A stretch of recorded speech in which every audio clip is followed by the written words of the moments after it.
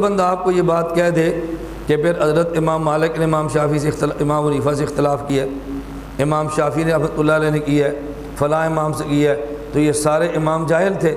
اب آپ نے پھر پاس جانا ہے، پھر آپ نے آنا ہے، بھائی جاؤ جا کے سوال کا جواب بھی لیں۔ اس لیے میں آپ سے یہ تو مسئلہ آپ کے اوپر کھل گیا نا، پھر آپ کو ہر سوال کے لیے ہم سے رجوع کرنے کی ضرورت نہیں ہے، آپ سوالات کے جوابات خود دو گے انشاءاللہ۔ مسئلہ کھل لے پھر آپ دیکھیں جواب کیسے دیتے ہیں۔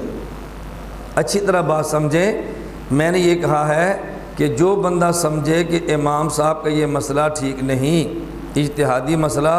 اور دلائل سے اس کے مقابلے میں اپنی رائے قائم کر لے، یہ بات جدا ہے، جیسے امام مالک، امام شافعی، امام احمد رحمہم اللہ ہیں۔ اور ایک بندہ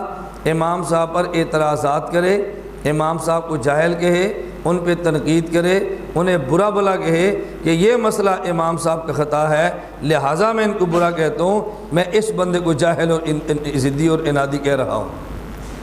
دلیل سے اختلاف کرنا اور بات ہے، اور مجتہد کی خطا کو